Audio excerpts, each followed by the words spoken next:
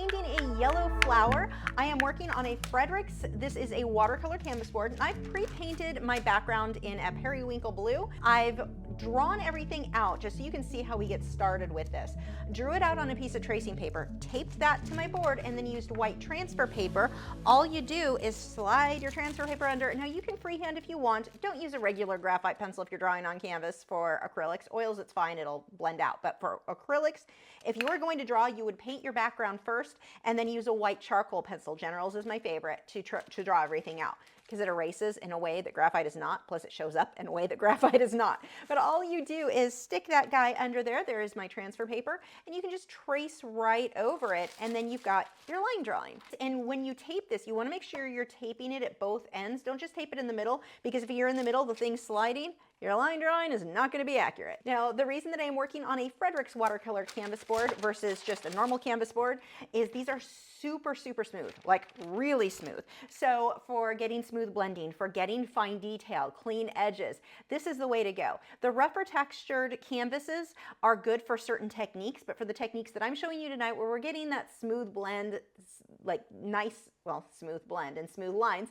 that is not redundant at all. It's your imagination. But the way that we're going to do that, we want a smooth surface. So if you do have a canvas that has, like it feels really bumpy, it's really rough, and you make a line and it's like dotted because it's catching the tooth of the canvas, throw a few coats of gesso over it and then sand that. And that is a way that you can make a rougher smooth canvas feel a bit more smooth. I know I personally have like the Fredericks Convexo canvas. Can you see it behind me? Let me see.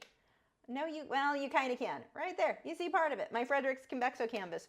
Those have a rougher, it's a real thick canvas, it has a rougher tooth. I put 3 coats of gesso, sand it down, now it's just as smooth as this. So point is, you want a smooth canvas to get the best results. If you're having a hard time painting and it looks bumpy or rough, well, one, you need more paint and more water on your brush, but it may be as simple as the canvas is just too rough for that technique. So it makes your life a lot more difficult. Now this canvas, just for transparency, was provided to me by Fredericks. So thank you, Fredericks, for that. They were already the only canvas I used because I've had so many problems with other canvases. Looking at you, Hobby Lobby and Michael's Generics. Blick too, not a fan. I don't like generic canvases, so I've had just everything from ripping easy to warped stretcher bars, bad stretcher bars, like the list goes on. So Fredericks is my go-to. Now the background is already done. That is pretty simple, just any solid color you want. Make sure it dries completely before you draw your subject on. First thing that I'm going to do, if we come over to the palette, I started putting out paint but didn't quite finish. Let's put out a little bit more. There's some primary red. So what I have here is raw sienna. This is my cadmium yellow deep hue. Primary red. That one is prism violet. There's some cobalt blue in there, but that's from my background, so we don't need that. The black we're not going to be using at all tonight. That was out from just my background. And then my titanium white, which I probably should have some without. Let's scrape off the area I don't want with the periwinkle blue. Don't really want that mixing in with my yellows. This one is a Taklon bristled filbert. This is this one's not generic, well, kind of generic. It's a Royal Lang Nickel, just a Taklon bristled filbert brush. I'm going to use that. Now I'm going to do a base coat on this of a pale cream, yellowish cream color for all of the flowers. Now, let's say I wanted bold, bright yellow. I would need to paint everything white first, let it dry, and then I can paint the yellow over, because yellows, oranges, reds, these are going to be fairly translucent paints. So by painting it white first, that will keep the next layer super, super bright. Otherwise, if I paint like just yellow over this, I'm going to get green because blue is going to show through. So what I want to do is take some of my, this is transparent. This is the titanium white. There we go. And I'm going to mix a little bit of my cadmium yellow deep hue in there. But I want a lot of white. Now, because I'm mixing so much white, the white is very opaque, as long as I chose the right one and went with the titanium white. So that is pretty much going to cover the blue. If it doesn't, we'll just throw another coat on there. No big deal. And I'm going to come through and just start painting in a base layer. Actually, that's even brighter than I want. I'm going to pull a little bit of my raw sienna in there. There we go. And we're just going to fill that in. If you need to use a smaller brush, you can. Don't feel like you have to use the same type of brush that I am. But I do like these tack-on bristled brushes, or the filberts, because each one of my brush strokes, it has a somewhat softer start and stop point. It's easier to get a smooth look. If you're using a flat brush, those are great when you want super straight lines. I use them more for man-made things like fences, because if it's too much of a harsh line, the start and stop point is just really obvious. I'm gonna mix a bit of water into that paint. And I always mix water in there. And I'm not worried about these little petals down there. We'll fill those in a moment. If you add too much water though, you can see it's a bit more translucent. But it also is gonna give me super smooth, clean edges.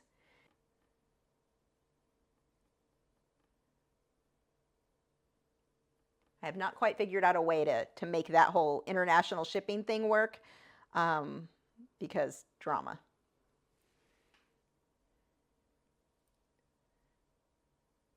I'm not worrying about any shading here. I want to let the blue show through in a couple of areas. I don't care if it's exact to the photo. That photo is just as a guideline.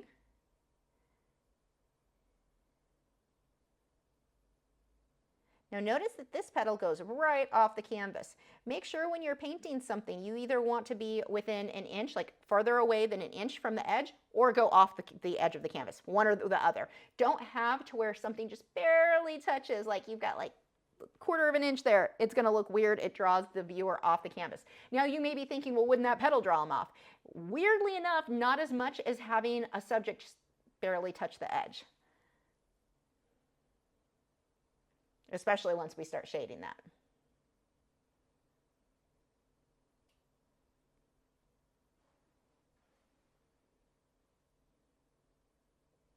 Now the nice thing about flowers, they do not need to be exact. So if your petal is not shaped perfect, if you go outside the line a little bit, it does not matter for this. If you're painting a person or an animal, okay, sometimes that's gonna matter. You don't want the nose like off to the left. So, or if you're painting a dog, you don't want the eye on the cheek. I've seen that done. So watch for that in those cases, but with the flower petals, I am not gonna, it's just not gonna make a big difference. Close is close enough here.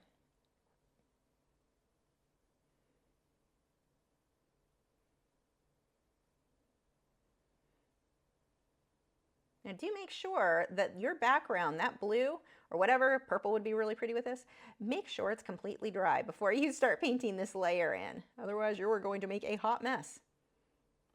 Be honest. Did that happen to any of you yet? I mean, I know because I had it happen in the past.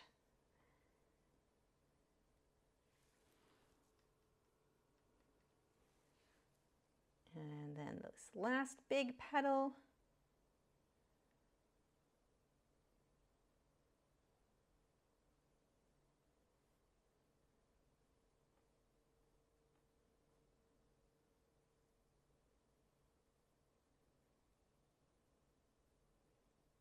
Okay, now even though these, technically I could just paint this whole thing yellow and then redraw those lines in, that is definitely like would work. But what I'm going to do is just make them slightly darker or lighter. It doesn't really matter which, I just want them a slightly different color because we're gonna do so much shading on top. But this is gonna help me keep track of what petal went where, separate from the ones we just did. Oh, there was the background of the big one.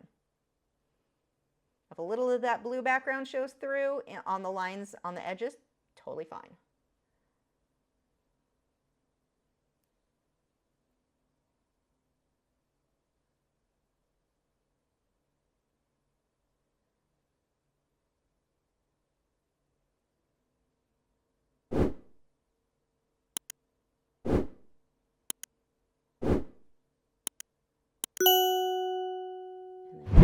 Petals over here, but I still want to keep those edges pretty clean. I don't want bumpy edges.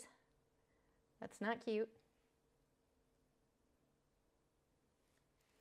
But it's easy for mine to be nice and smooth because well, one, using enough paint and water on the brush, but I'm using a super smooth canvas. Sorry, tea break. Okay, so the next thing I need to do is get a base for this center area. So I'm going to take my paper towel and wipe the paint off the brush. Just going to pinch that off. Now I can go ahead and rinse it in my container of water over here. And my dirt frogs are talking, so if you're hearing that, those are frogs. Okay, and we have back here. So I want to go with, I think I'm going to go with, oh, red oxide. I forgot to put some of that out. We'll go with some red oxide. I'm going to pull a little bit of deep violet to shade this.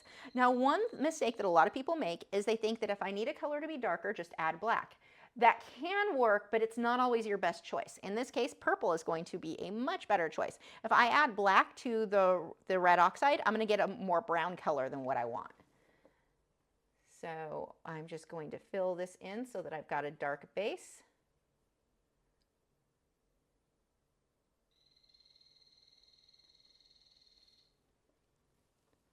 I'm going to rinse, actually let's wipe the paint off that brush.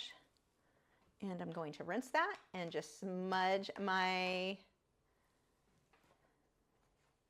edges.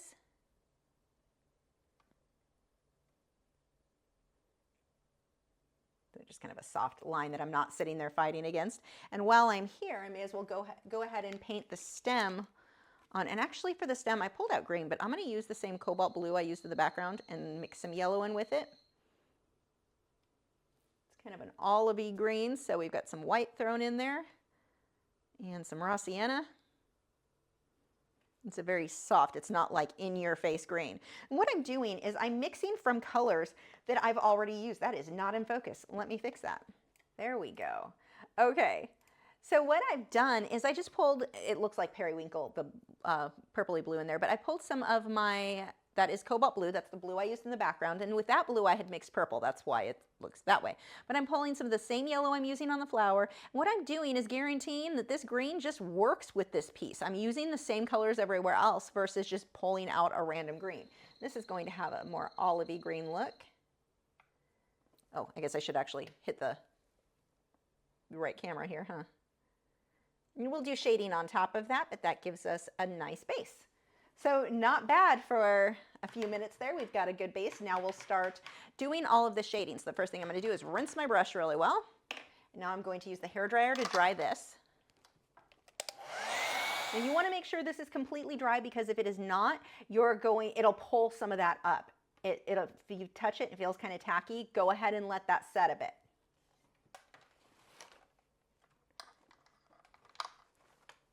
I'm getting paint all over my fingers where I don't want it, so I want to clean that up so I don't end up with fingerprints where they shouldn't be. Okay, next, I am going to start with the flower petals that are furthest in the back. Whenever I am painting with acrylics especially, start with whatever is farthest back and move my way forward. That way, if I'm blending, I'm trying to get this to be all nice and blended and it smudges over these petals, they're in front of it. It doesn't matter. They're going on top later. So it's easier for me to just go ahead and start with whatever is in the back and come forward. Okay, these should work. Got a collection.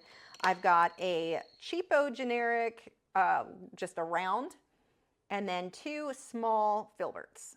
And those are the ones that I'm going to do. Yeah, the frogs are extra noisy tonight. Okay, so we just pick one petal and go from there. So let's start with this guy here. Actually, this is 2 petals here, here, and here. So pick one, and I'm gonna start, I need to mix a cream color, or a kind of peach color. So I've got my primary red.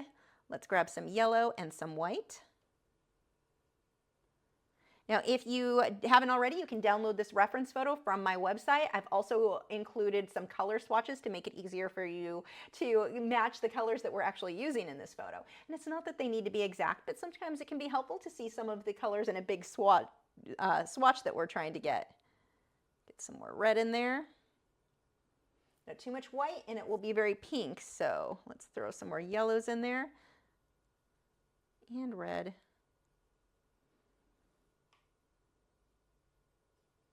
And I'm using Liquitex Basics not because they're cheap, that's just an added bonus, but they work really well for my techniques. So we've got this petal here.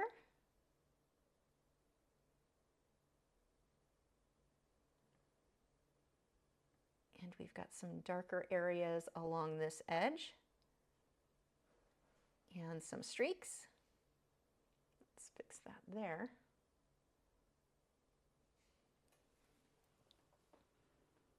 Add a little bit more water to get those streaks. Now, what happens if I go too dark? No big deal. I come back through and add some details of light over it. It's not, don't stress out feeling like you're going to mess something up. It's just, nothing's that big of a deal. We're going to layer until it looks good. Okay, and while I've got this color here, I may as well lay the one next to it down.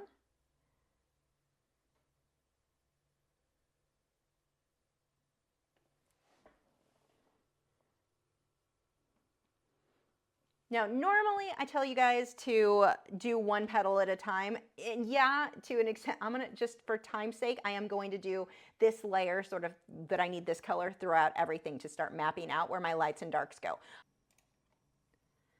So coming onto this guy, just I'm watching the directions of the streaks. Again, color's not that big of a difference or a deal. It's your values. Are your darks dark enough? Your lights light enough? And so I want to make sure that I'm getting that in here.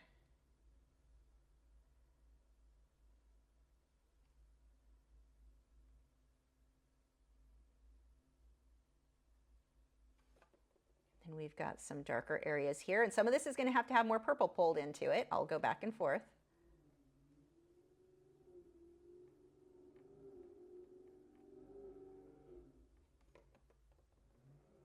Someone's car sounds like it's having some technical difficulties on the street behind my house. I don't know if you guys were able to hear that. I'm sure they thought it was a flex, but it sounded like a car failure to me.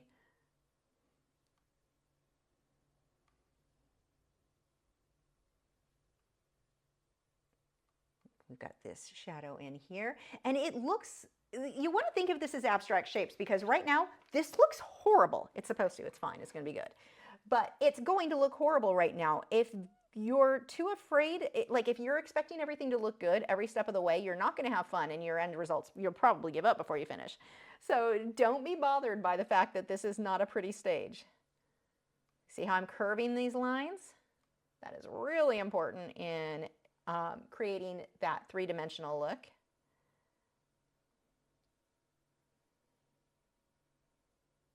I'm just looking at, for the most part, where are my shadows? This whole petal will end up getting a lot darker later. And now that I'll have all of these in, it is going to make it so much easier to figure out where the rest of my lights and darks go from here.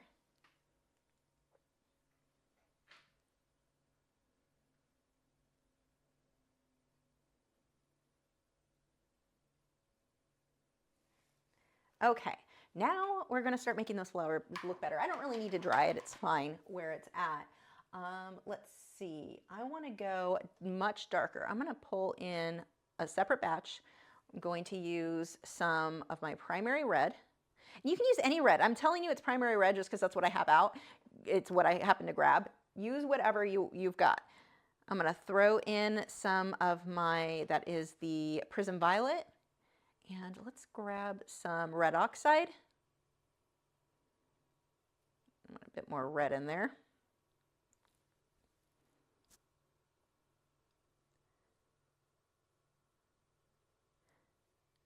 There we go. And so now we've got this darker color. And actually, which brush do I want to use? I'm going to rinse this brush out and use a smaller round brush for a bit.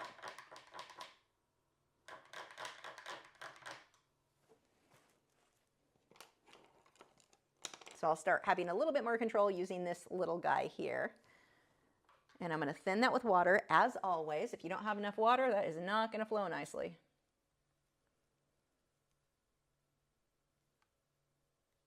And we're going to start creating those curves.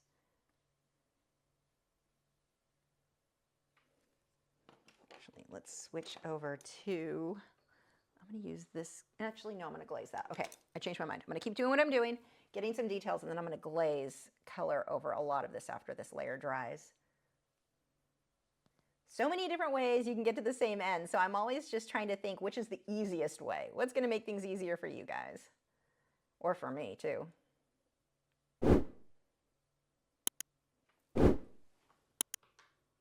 more water in there.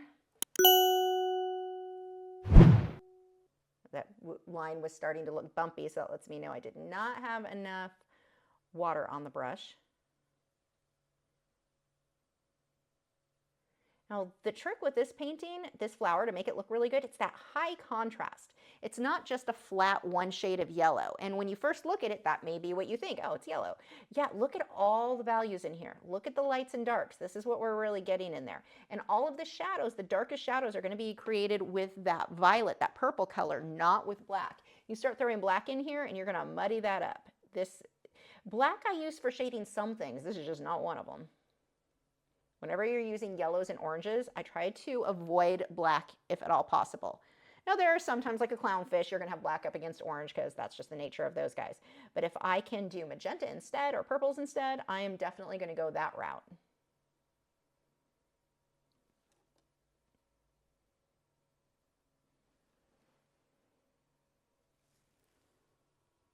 This is a really scary looking stage.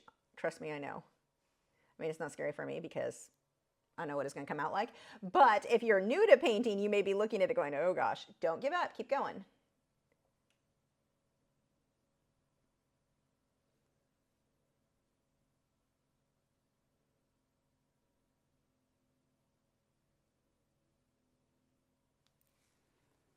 I'm just looking at these abstract shapes, going for close that I see on that reference photo.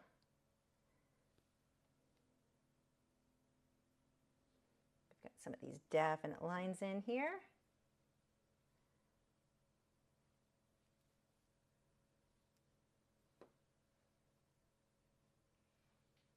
Okay, I'm going to dry this and I'm going to glaze a peach color right on over it.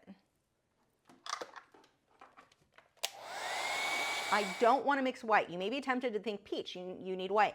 It's a glaze. We don't want that in there because that is going to it'll be pink and opaque, and it's a glaze. We want this to be translucent. So we can use a bit of the red and a bit of the orange. Or yellow, not orange, which is making orange. But I'm going to thin that with some water. Now you may be thinking, if you're new here, you've seen that video, we've all seen it. Is it okay to mix water with your acrylics? And it uses all these scare tactics and the molecular binding of blah, blah, honeycomb, BS. It's not true. It's a weird, like, people have been spreading that crap for a while, and some woman made a video that has like 10 million views or something, I don't know, some insane amount of views on it. And so everyone thinks you're not supposed to mix water, you need to use mixing medium. You can mix like 90 to 95% water before it becomes an issue of using too much water and underbinding the acrylic. It's just not a problem. If you're using a quality paint and a quality canvas on a quality gesso, none of that is something you need to worry about. Okay, so I am going to darken all of this by glazing over so that I can pull my highlights right on over. And that is just, again, the primary red mixed with my cadmium yellow deep hue. The nice thing about this too, if you had any lines that were a bit too harsh, this is going to tone them down too, so you get this softer look. Okay, there's a chunk of paint. There we go. Trying to get that out. You don't want the paint to be so thinned down that it's running either. This is a nice color. I'm just going to go over those little petals while we're at it. Go ahead and put it over everything, because I can still see where those petals go. So let's just make our lives a little bit easier. Now you can use mixing mediums. I don't like them because I don't like, they change the consistency of the paint and make it kind of gunky, kind of gooey. It's just not good for my techniques. So use them if you want. They're not going to hurt anything, like as far as being archival, but neither is water. That's my point.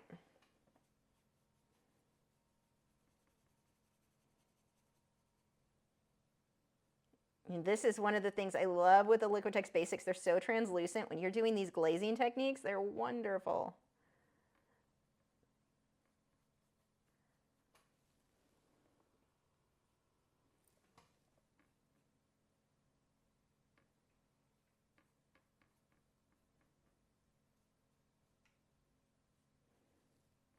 Okay, we're going to dry this and start getting our highlights over this. Actually, I want to get even while I'm at it. Let's get a little bit of a muddier color in there. I'm going to grab some deep violet. Just mix that in over here with some red and yellow. Dirty up that color. And let's go ahead and get some of these darker shadows. I don't need to dry the previous layer. I can just go right over it wherever I want that darker area right now.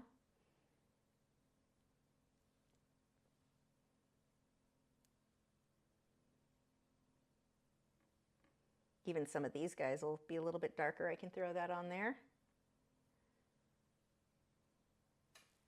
Again, we're still at hot mess stage. It'll start looking a lot better when we come back through with these highlights. But we've got to get these base layers in there. As ugly as they may seem, this is a layering process.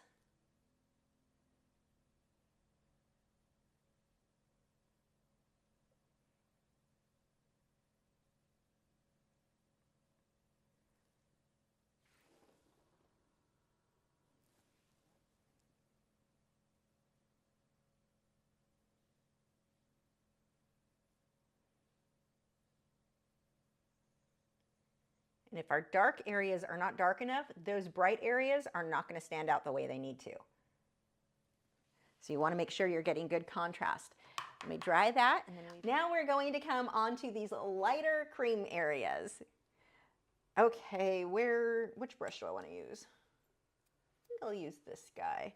So this is just a number 6 filbert. And I want cream. I'm going to use some of my cadmium yellow deep hue and titanium white. We're going to make these stand out a decent amount. If we need to smudge them, I've got a bottle for misting water. This is my fine mist sprayer. This is a must-have when you're trying to get smooth blending. So let's grab you, and then I can smudge with this brush. So I'm going to use 2 brushes. I can apply with this brush and then a clean brush that has a little bit of water on it, slightly damp, to smudge things out. Now, if this brush that's slightly damp is too damp, too wet, it works like an eraser instead of a smudging brush. So let's just pick any one of these. You will work. We're going to start putting in where those highlights are, and then I'm going to take this brush and smudge that out. And this will give me that nice smooth look.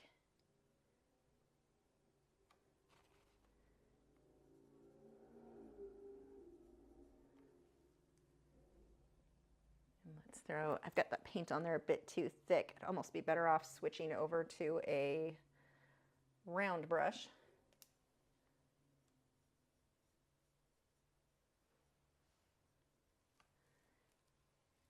And we want this super bright. So you can see where we wanted that base layer to be so dark, those previous layers. If they weren't dark enough, this wouldn't stand out well.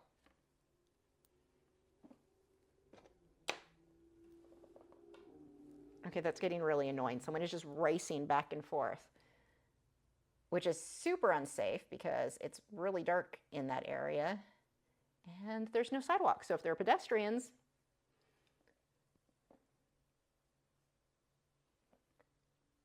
people are dumb. I'm just making sure to pull this down so I get that slight curve in the streak. And this looks like it just stops, but that's because we're going to have that other petal right there.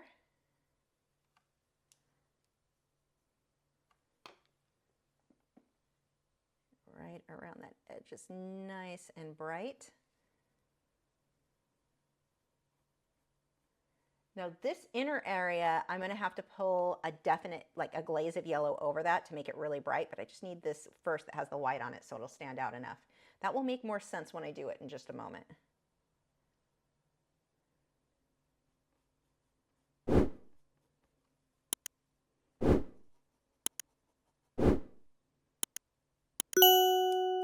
Now notice how harsh some of these edges are. It needs to be. That is going to contribute, I need a liner brush, to the definite shadow. And it doesn't look like much now, but when you back up and look at it as a whole, it will make more sense later. So we've got this brighter edge. So I'm using a liner brush. This is a synthetic hog-haired liner. But even a tack-on bristle liner would be fine too. Use that all around here where it needs to be really bright. Have those more definite edges. Start cleaning some of that up.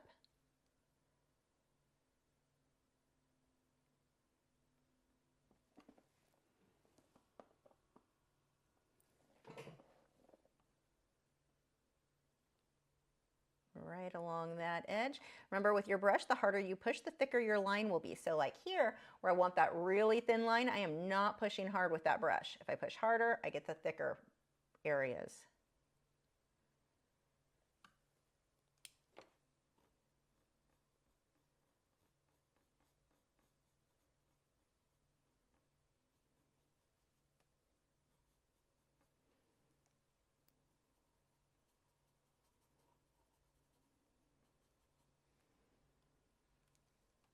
Clean that edge up. Got too many brushes in my hand, trying to figure out which one was which.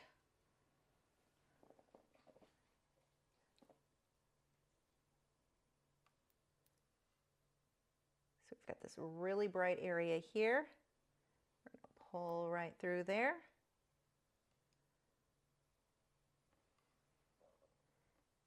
And watch that these lines aren't straight. Look at where they curve. That's really important in making it look like it's not just flat.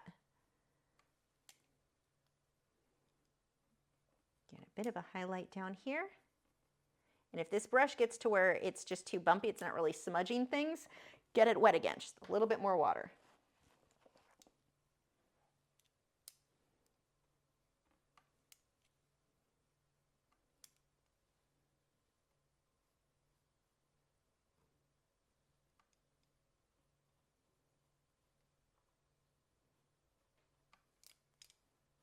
Using that clean brush, and we're going to smudge that out.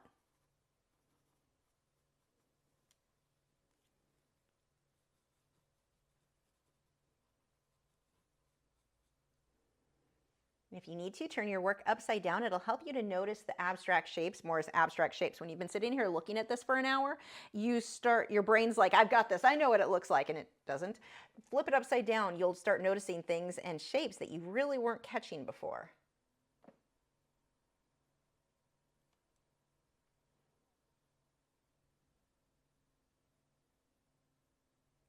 That's part of this other flower here, or the other petal. We'll just sketch that out.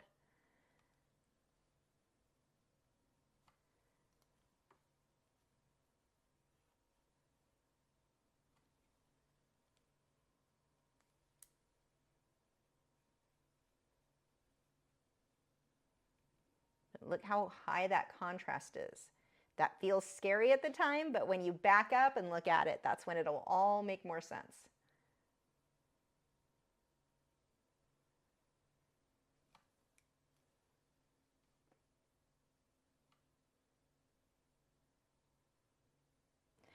Starving Artist Collective, you're in Australia, aren't you? I know you're saying you're having problems with Patreon telling the payment is declined. Right now, Australia and PayPal and Patreon are not playing nice together, and they're trying to figure that out, and it's really annoying. Yeah, that's what it is. I found that out earlier today. It's an Australia thing right now with PayPal and Patreon, and they know it's a problem, and they're trying to sort whatever is going on. So it should be sorted soon. The good news is they know about it. So initially what they were telling people was, oh no, it's PayPal's problem. And PayPal's like, no, it's Patreon's problem. Okay, I don't care whose problem it is, fix it. So yeah.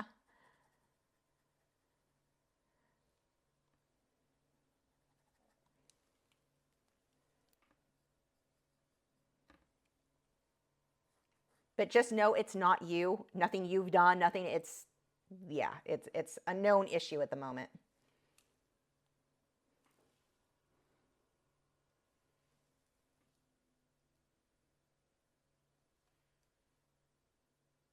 And I apologize for that inconvenience for sure. If there's a video you want to watch in the meantime, just send me a message and I'll send it to you.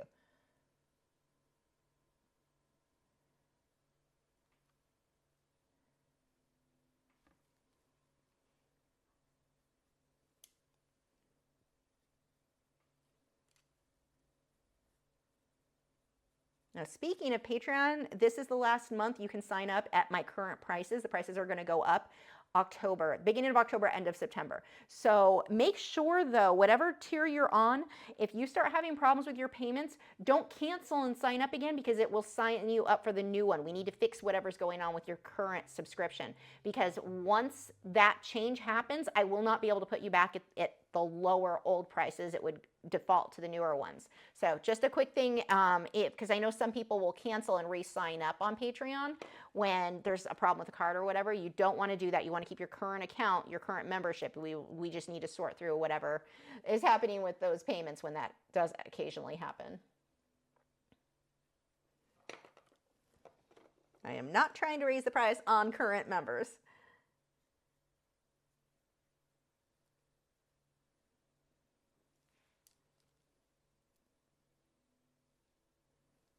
Little highlight over here. We're starting to get somewhere. It's starting to come around. Not there yet, but huge improvement just in this highlighted layer.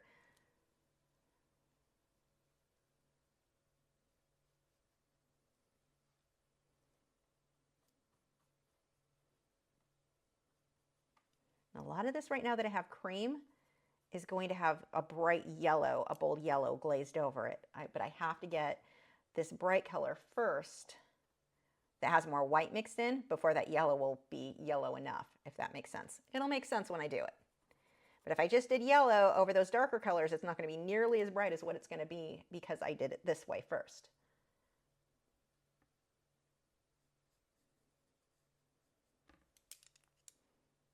Just look at those abstract shapes. They don't have to be exact, but go for close. It may not make sense right now. It'll all come together in the end, as long as you're actually copying what you see. So let's start getting some highlights on these little petals.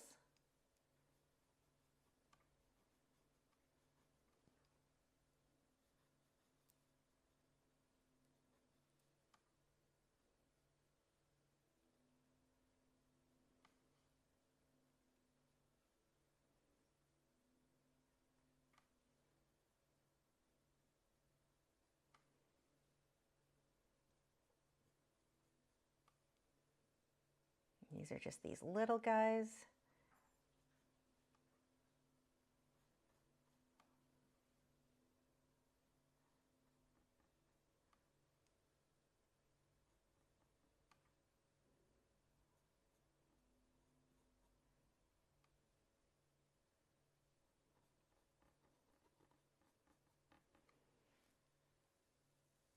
And then we'll get some more streaks over here.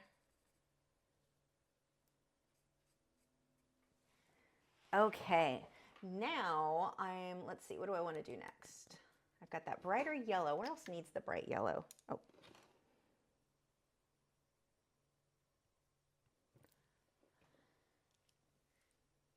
I think I can go a little bit brighter on some of these areas. Although I have a feeling once I get the other yellow in, that'll make it more obvious where I want these to be a bit brighter. And you're just going to work back and forth, layer until it looks good. You're going to have layers where you're like, oh, it was better before. That's normal. It doesn't matter though, because it wasn't finished before, so you didn't really mess anything up. It wasn't done. Otherwise, you wouldn't have kept working on it. And a question a lot of people have is, I don't know when to stop on a painting. When it comes to acrylics, if you feel like you need to keep making changes, it's because it's not good enough. It's not done yet. Keep working on it. It doesn't matter if you have some layers that look worse. Keep working on it until it looks good. Those previous layers that might have looked better, it doesn't matter if you stopped there. They weren't finished, so it's not better than some bad layers before you do finish, if that makes sense. Okay. Let's go ahead now. Let me rinse these and dry it. We're going to get some brighter yellows. Okay, let's dry this. Now I am going to be just using the cadmium yellow deep hue. And I'm going to use this same brush over here and some water. That paint can go on pretty thick because this is very translucent, but watch how bright I can make these center areas now. In a way, like that would not have had that beautiful yellow glow if I would have done that straight over the yellow. That's why I had to do it white first. Oh, and let's smudge that out. Look how beautiful and yellow, like wow, yellow, so pretty.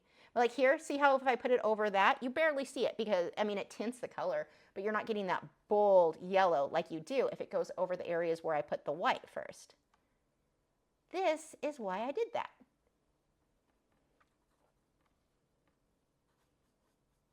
And the yellow is so translucent that you don't have to use even that much water to get it really to work well as a glaze. Not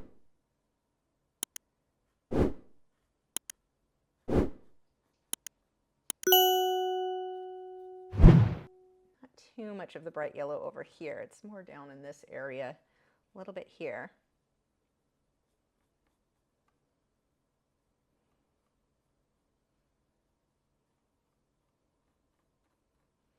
You can really see what I keep talking about. It's all a layering process. Those first layers were so terrible, and we still have to clean some stuff up, but now it starts really coming together. Okay, and I'm going to take a little highlight with some cream and yellow, go right along the edge of this stem.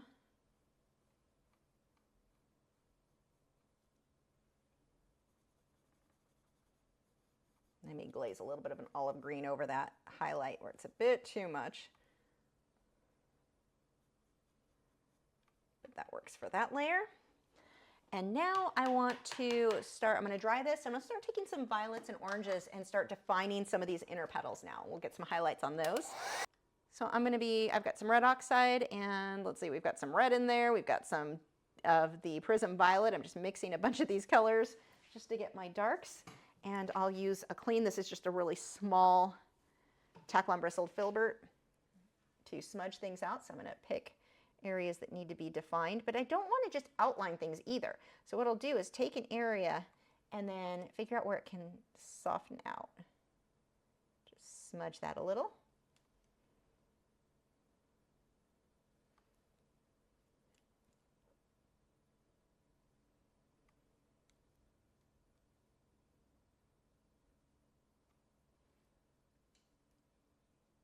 We've got some definite little streaks in here we can be doing with this darker color. I'm going to do the same thing. While I've got that color out, I can add a bit of a shadow on the stem and pull that up.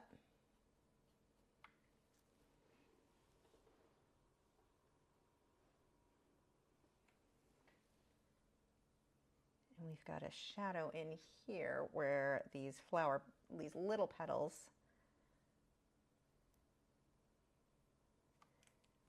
go. We'll pull that out. Remember, if this brush that I'm smudging with has too much water, it works as an eraser instead of a little smudger.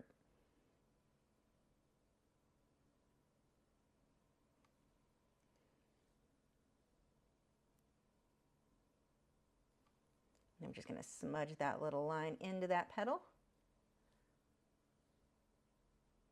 I can use this brush to get a few detailed lines for that same color.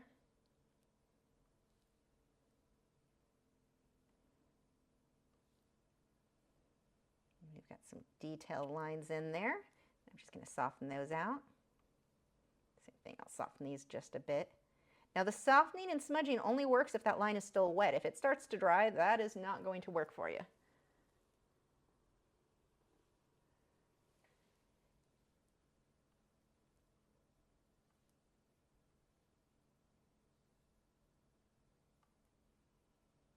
This is all that flower. This is just a shadow from that petal.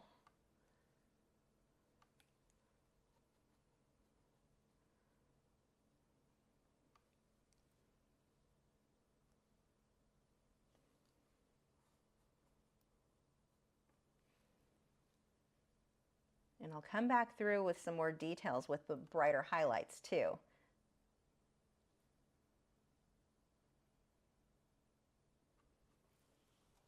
Add a bit more water into my mixture.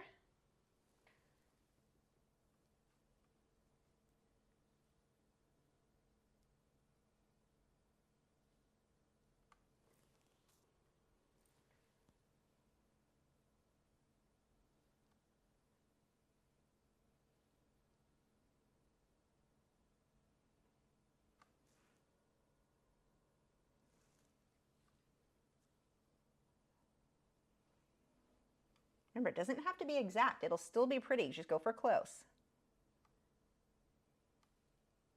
You have plenty of lessons that'll take you through being more exact and more precise, but for something like this, we just need it to be close. A more simple, fun project.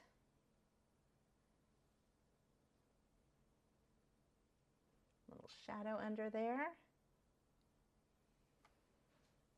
I'm going to soften that shadow. See, it's not so much that I'm outlining, I'm adding these shadows and then smudging them out.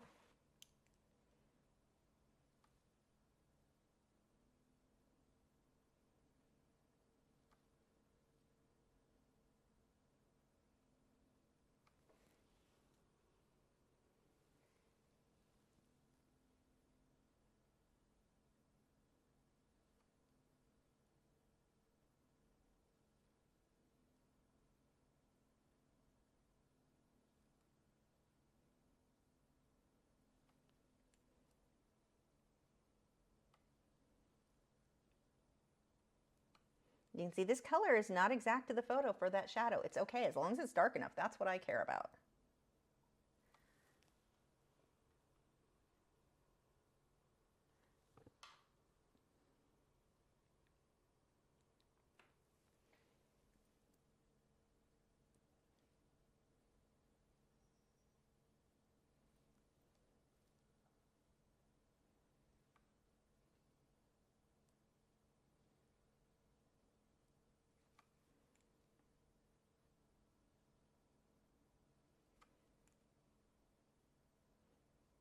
I love this project though. I love how you can really see the layering process, how stuff starts coming together, because it started off looking so terrible. And that's totally normal. But it's a stage that so many get afraid of and they don't finish because they're like, ah, it's bad, it's not gonna look good. It's just a part of the process.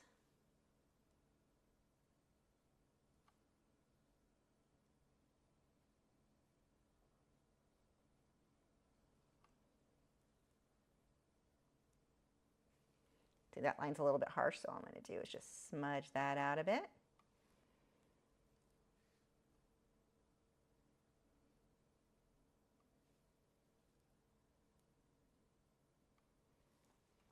Let's start getting some more definite highlights. I'm getting excited about how this guy's coming out. I'm going to use the round brush now. Where's my little... This weird little generic brush has been the handiest thing. I've gotten so much use out of this guy lately.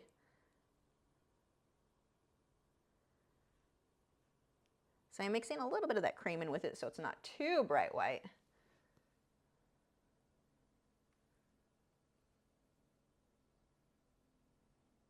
Some of these I'll make brighter yellow, defining those little petals a bit more, but I've got to make them brighter first.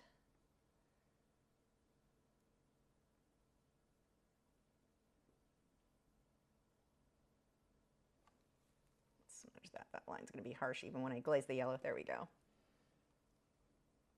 Oh, I didn't find that whole section there. That's why it looks funky. Let me get that in there. What is happening right here? We've got you. Oop, that's too much paint, too much water on the brush. That's not going to smudge. Let's pull that. There we go.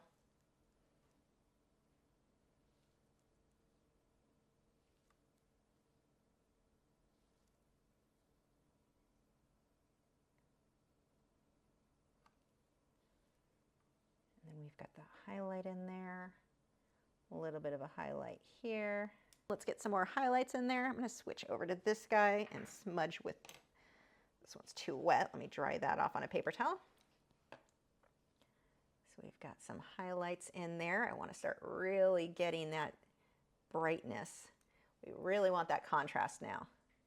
That contrast is what makes this piece, this reference photo, stand out so much.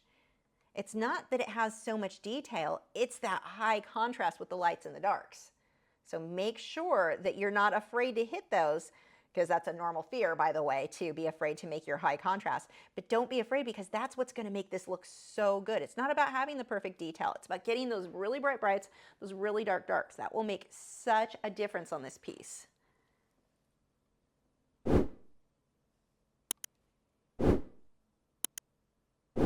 Just smudging that out. And it'll feel on some of these like it's too bright. That's okay. Chances are it's not bright enough.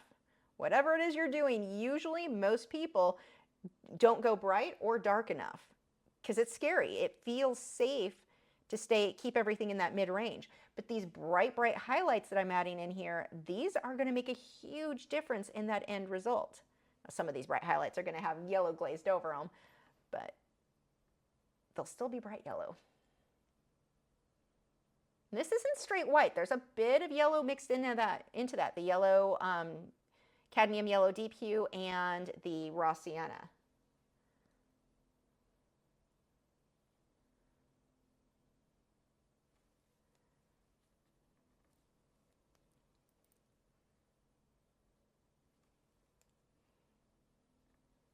Now what happens if you go too bright? Because that's what everyone's afraid of. If I go too bright, then what?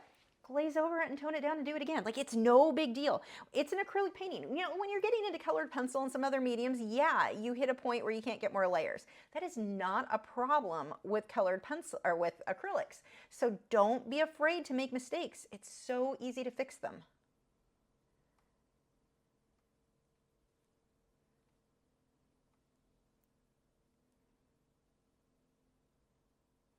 And it's a lot more fun when you've really grasped, why is that hard to say? The idea that I can fix anything. There's nothing I can do to this that's going to ruin it. I'll just have to spend a bit more time layering. When that really, like, you've driven that home, then it becomes a lot more fun because it's not so scary anymore. You can't hurt it. You just paint over any area you need to.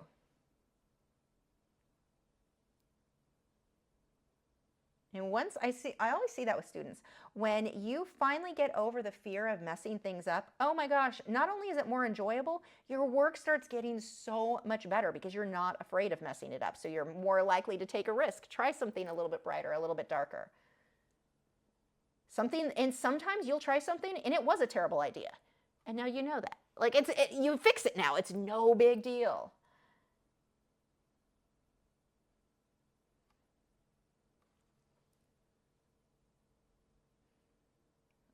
Some of these a little bit brighter so that I can go over it with the yellow.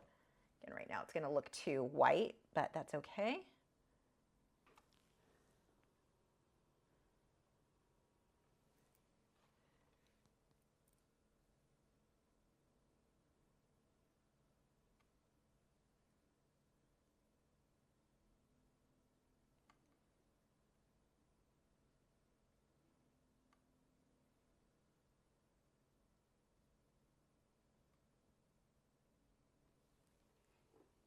Keep those edges clean.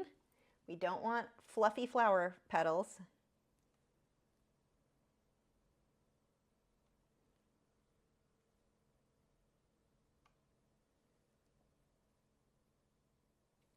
That brush stroke was a bit bold, so I'm just going to smudge that up. See, look, I screwed it up and fixed it instantly. And that's the other thing.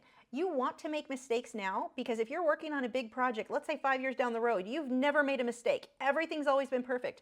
You're working on this huge project, it's a commission or it's something that you've just, huge canvas, whatever it is, it's a big deal. You mess up, you don't know how to fix it because you weren't making the mistakes at the beginning. Get those mistakes out of the way. Be a master of mistakes and be a master of fixing mistakes.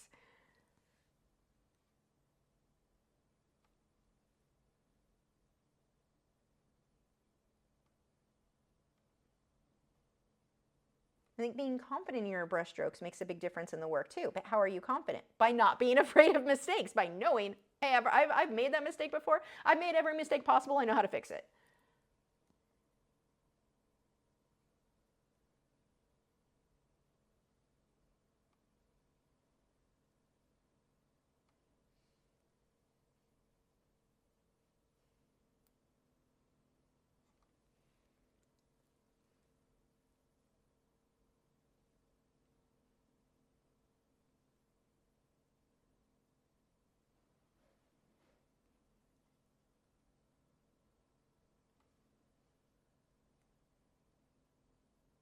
you know, just keep adding a bit more detail, a bit more detail. Now I'm gonna let this set for just a minute. Actually, no, I'm gonna glaze it first because what I'm about to do is, for the center little areas, is going to be really thick and take forever to dry. So let's actually glaze this first. Okay, let that cool for a second. And I'm going to go back with that original filbert I was using earlier. And same thing we did before, just yellow and water.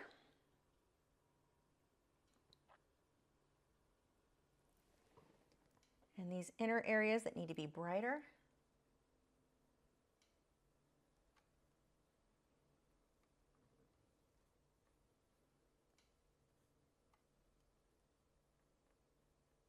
Look how pretty that is. It just glows now. But you have to do that white, well, I did cream, but white would work too, first in order for this glow to really happen. Don't put it everywhere because some of these outer areas, we want them to stay more cream than yellow. I'm just looking at that reference photo. Okay, and now I'm going to mix a little bit more of that green that we did earlier. So a bit of that cobalt blue, some raw sienna, some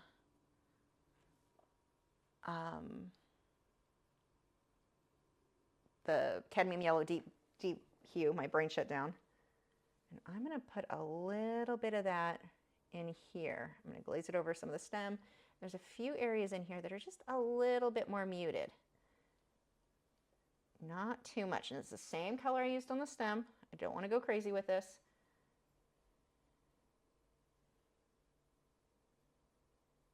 Just like that, no more. Don't want that everywhere.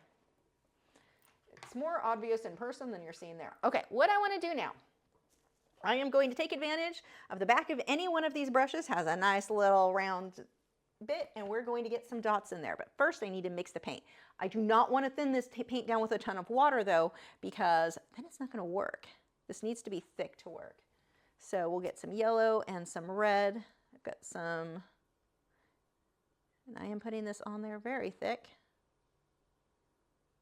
And I can just take the back of that brush, and we are going to start with the center and putting our dots. Now we don't want these to overlap so much that you just have one big glob. I want that dark layer we did, those are the detailed lines in between without having to put details. But we need this paint to be thick. Do not thin this down with water. And I'm going to work around in mostly a circle.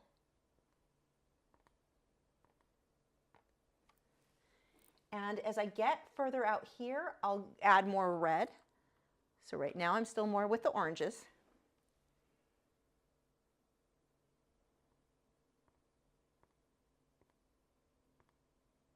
Some of this has more yellow, some has more of the orange, that's fine.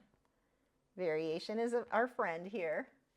Now, of course, if you want to get into more photorealism, you can sit there and paint in all the details. And most, like all my Patreon lessons, we're going to do the details. But on something like this, this is a fun way to quickly get that look.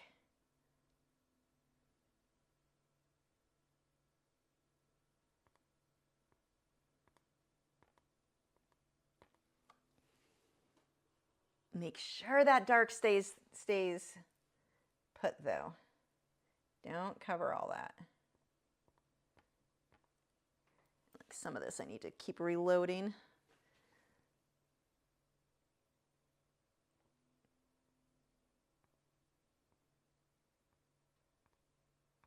Now this brush is starting to get paint in weird areas. Wipe it off and then reload it so that you've got more control of the circle.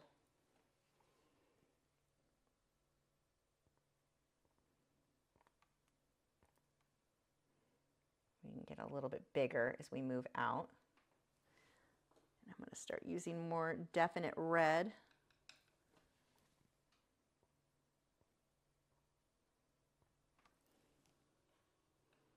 And again, do not try to thin this with water. We want this really thick. More red that needs to overlap these petals.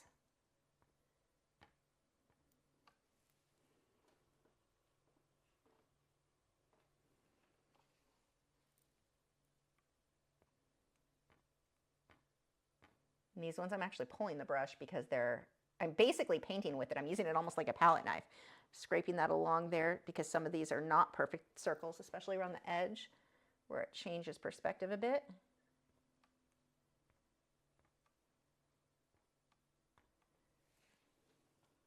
This is more red than what it's showing on camera anyway. It looks more orangey.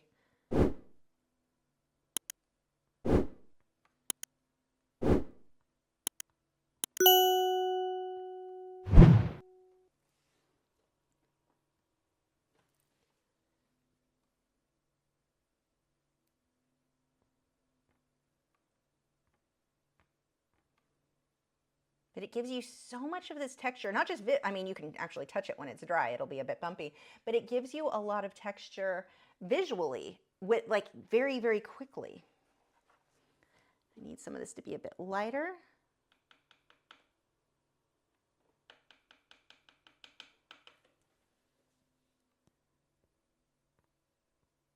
Highlights on a few of these.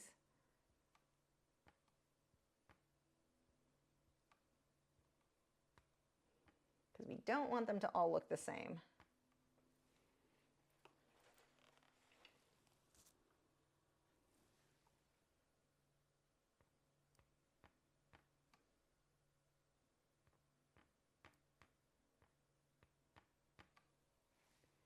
There we go. Oh, I love how that came out. That looks so good. Okay, I want to make a few areas where the red's a bit more bold. We're just about done with this guy. Again, if you want to own this flower, you can bid on it. The link is in the video description. I'm going to take just straight red. Let's get some brighter areas in here now.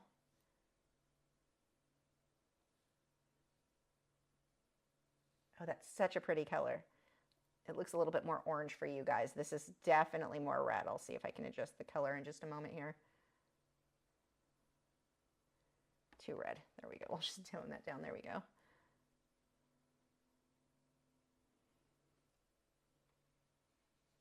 This is definitely going to be one of those, whoever gets this, you will not believe the difference in person. It looks so much better. I mean, not that that's not common, but this is certainly one of those cases.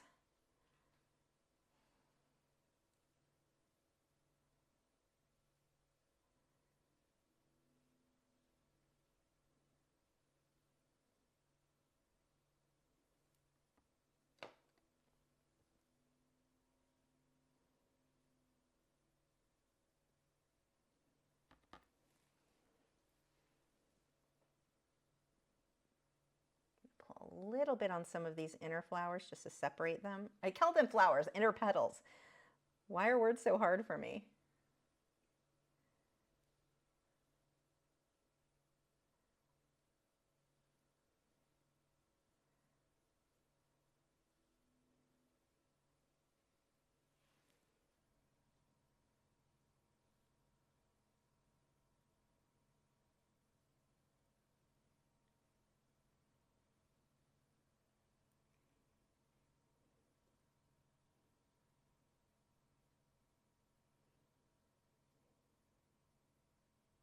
Actually, that should be done with a smaller brush. I should stop being lazy, put down the big brush, grab a small one.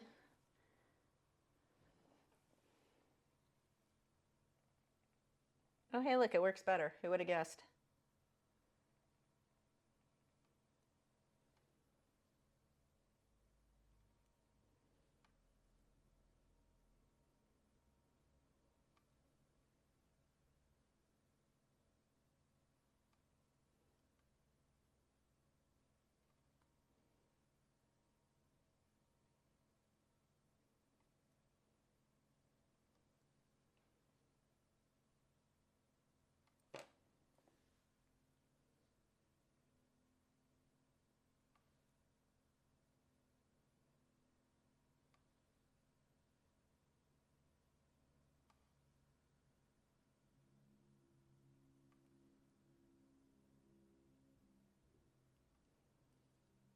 Making these little ones stand out a bit more around the tips.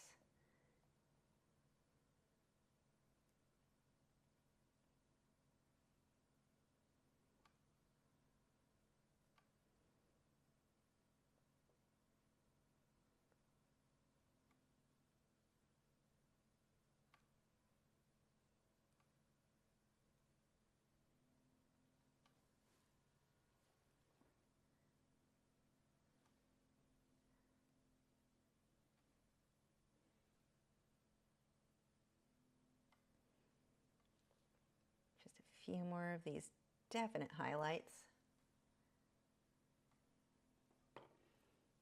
I wish this looked the same in person as it does on, or looked the same on camera as it does in person. Now this one has like a flowery thing, a petal or something, a leaf down here. I'm not including that. I think it looks weird if I put that in the painting. It doesn't make a ton of sense to me.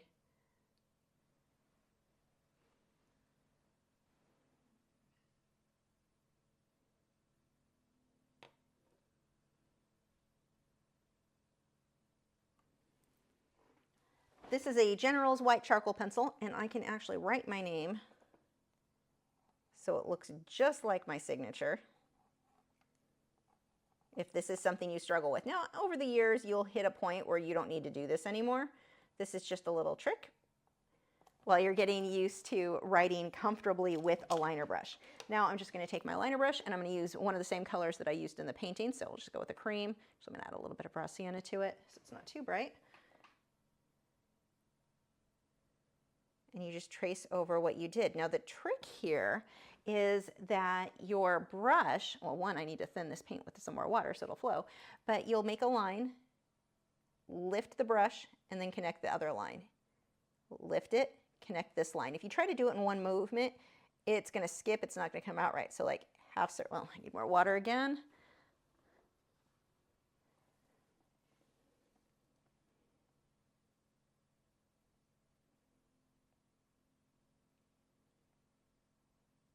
See how I'm not doing it in one movement. I keep lifting the brush in between each stroke. Now when you sign it, make sure you don't go all the way down to the bottom of the canvas. Otherwise, the frame would cut that off. Now this does not come with a frame. You can pop it into any 8x10 frame. Just remove the glass, pop this in its place, and it's ready to hang on the wall.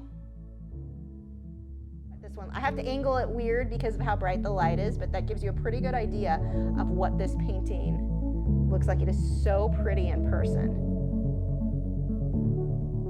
You want to learn to paint and draw, but you don't have any experience, or your drawing skills aren't that good? Join over 1,100 students and follow along with over 300 painting and drawing lessons. There are over 675 hours worth of lessons and new ones every week, just waiting to turn you into a master. The great thing about these classes are that you get to do them from your own home in your own time. If you're taking in-person classes, often it's very hard where you're either falling behind, you're trying to rush to keep up with other students, or you're working faster than the other students waiting for them to catch up to you. With my classes, there is no time limit. You can work at your own pace, whatever feels comfortable for you. Join before October and you will lock in my 2014 prices. That gives you all of these lessons for as little as $4 a month, plus bonus content to help you master your medium.